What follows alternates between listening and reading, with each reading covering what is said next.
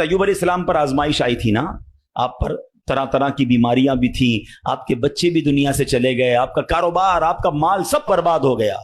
अल्लाह अकबर, आपने अल्लाह को कैसे पुकारा, और ये दुआएं कितनी मकबूल हैं कि कुरान में मौजूद हैं। बल्कि इसको तो याद कर लो, क्या तर्जुमा है, आंसू आ जाएंगे आपकी आंख में।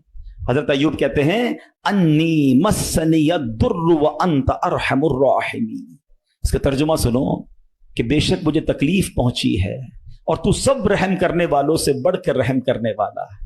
अगर तकलीफ पहुंचे तो क्यों दुनिया को पुकारना है, क्यों दुनिया वालों के पास जाना है? चलो ना उसके दरबार में चलते हैं जिससे तकलीफ दूर करनी है। हजरत अय्यूब अलैहिस्सलाम ने रब को पुकारा ना, अन्नी मस्सनी यद्दुर्रु व अंत अरहमुर राहिमीन। ये वो दुआ है जो कबूल है, ये वो दुआ है जिसके सदके में हजरत अय्यूब को शिफा भी दी गई और सारी माल दौलत औलाद वापस अता कर दी गई।